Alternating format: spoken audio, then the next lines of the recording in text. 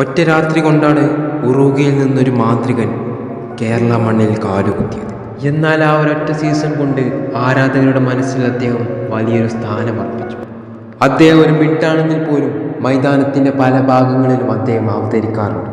മൈതാനത്ത് ആ ഒരാൾ തീർക്കുന്ന വിസ്മയം കണ്ട് പല വമ്പന്മാരും അദ്ദേഹത്തെ നോട്ടമിടാൻ തുടങ്ങി. ആ സമയത്തും പണമല്ല വലുത് എന്ന് അദ്ദേഹം ചൂണ്ടിക്കാട്ടി. ക്യാപ്റ്റൻ എന്നതിനുപരി അദ്ദേഹം ഈ ടീമിനെടുക്കുന്ന അധ്വാനം ഏറെ വലുതായി. ഈ ടീം എന്നുപരി ഈ ആരാധകർ അദ്ദേഹം ഏറെ ഇഷ്ടപ്പെട്ടു. എന്നാൽ അദ്ദേഹത്തെ ഈ സീസണിൽ അദ്ദേഹത്തെ പരിക്ക് വല്ലാതെ അങ്ങ് മാറ്റിമറിച്ചു.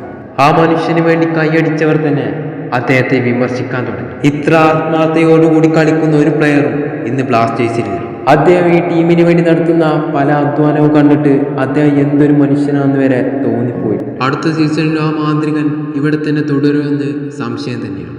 ഇനിയും ഇവിടെ തുടർന്നാൽ പല ആരാധകരും ഒരു പക്ഷേ അദ്ദേഹത്തെ വെറുക്കുമെന്ന് പോലും അദ്ദേഹം ചിന്തിച്ചിട്ടുണ്ട്. ഇനിയും ലൂണയുടെ കാലം ഞങ്ങൾ ആഗ്രഹിക്കുന്നുണ്ട്.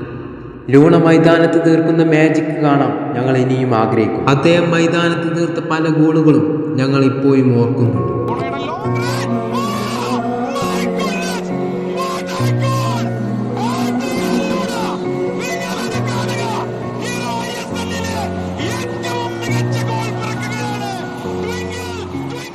ഇനി ഇതുപോലത്തെ ഗോൾ ഞങ്ങൾ ആഗ്രഹിക്കുന്നു.